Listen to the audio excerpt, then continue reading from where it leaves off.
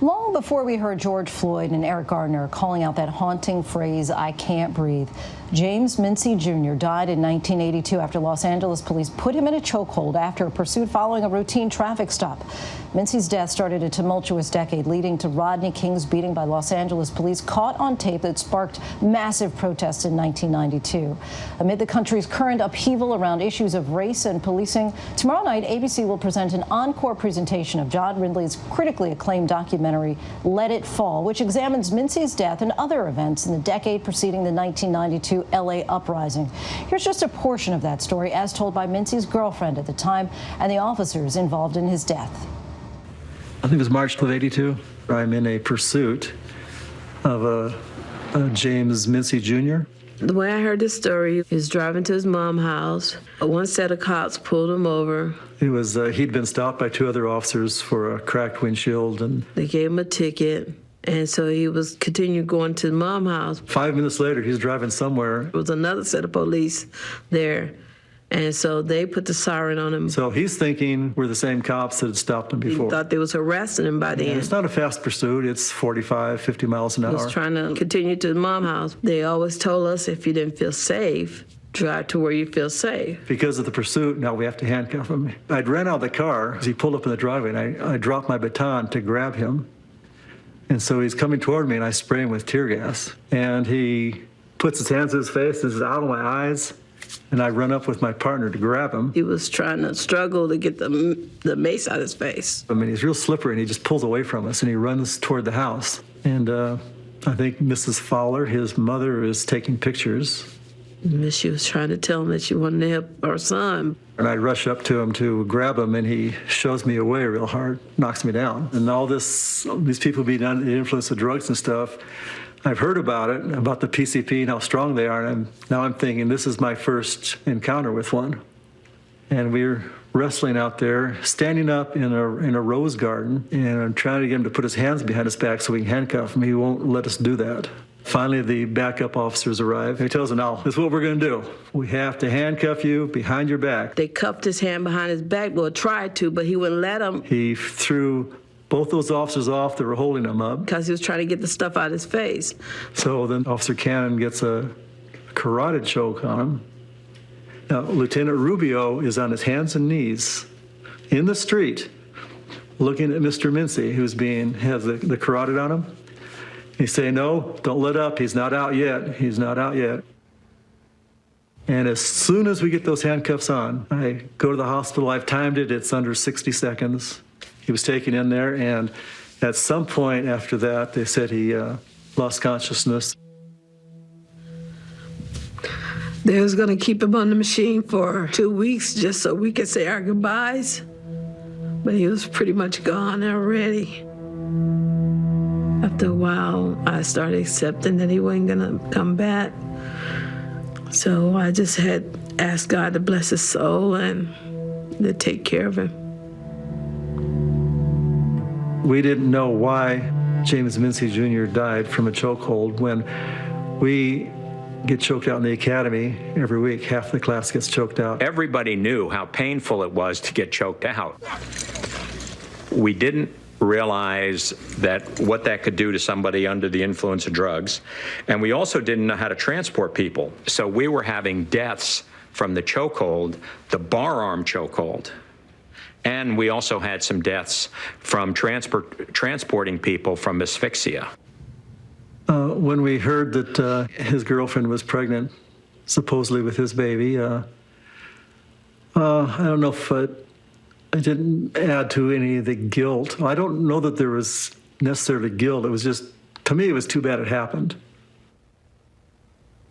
It was so hard. I kept looking for him for like a year. Every time I see somebody, I'm thinking, this got to be him. I don't know. I just didn't want to, my mind didn't want to give up.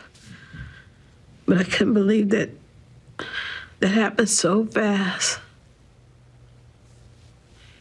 He was so young.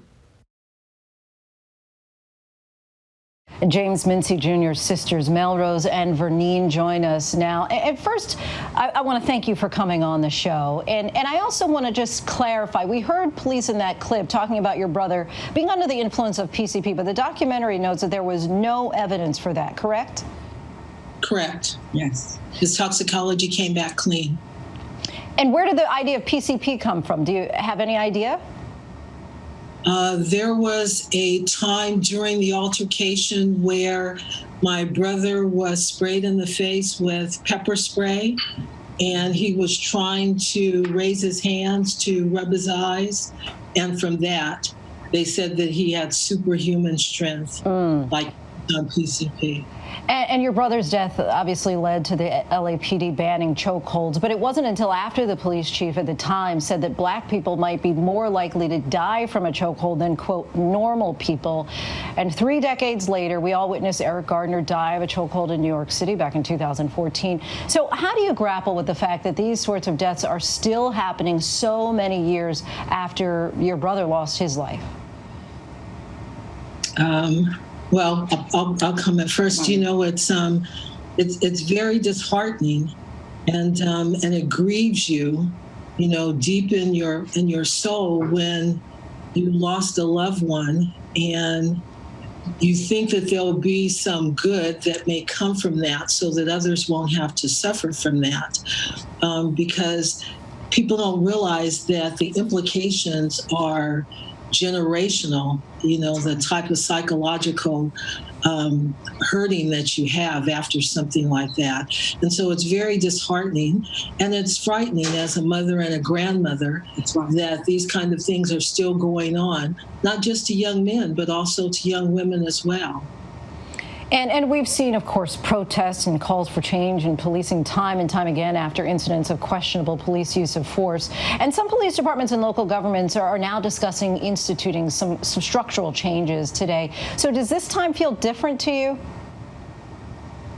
I would say yes, this time does feel different. It was probably the pause for going through the corona virus period that everybody was on pause, that they were able to witness you know, this act that was displayed around the world of George Floyd being killed or murdered on live television, which those images themselves are just unbearable, that a black man can just be killed as such as that, and then basically looked at that he's a criminal basically for $20 if he was killed based on that. So, you know, kind of going through that, it's long and overdue to say, because it's one of those things that it just keeps occurring. It's been 38 years since my brother was killed by the chokehold. So it's long and overdue. And some protesters today are calling for cities to defund the police. Do either of you support that movement? I support the movement for them to defund the police. Yes.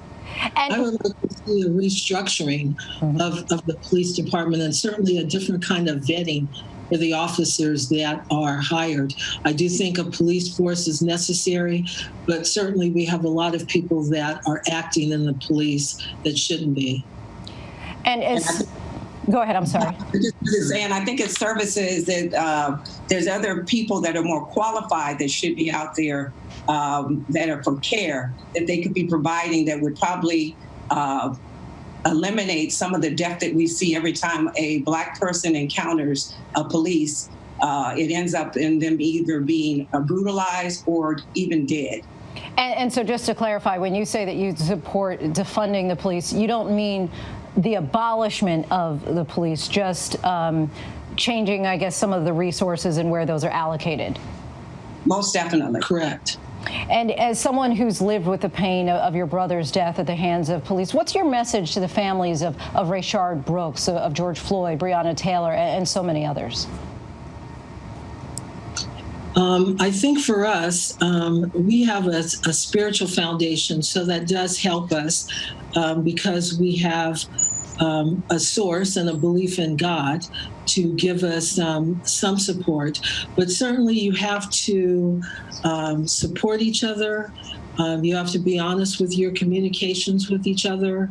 You have to have a lot of grace and a lot of kindness with each other, because these kind of things manifest in different ways, different fears, different depressions, different misunderstandings. And so you need all of those things. And you can't expect that it will end quickly. For many of these families, their lives are going to be impacted for the rest of their lives. Vernita and Melrose, we thank you so much for sharing your story with us and your time as well. And be sure to tune in to Let It Fall tomorrow night on ABC. Hi, everyone. George Stephanopoulos here. Thanks for checking out the ABC News YouTube channel. If you'd like to get more videos, show highlights, and watch live event coverage, click on the right over here to subscribe to our channel. And don't forget to download the ABC News app for breaking news alerts. Thanks for watching.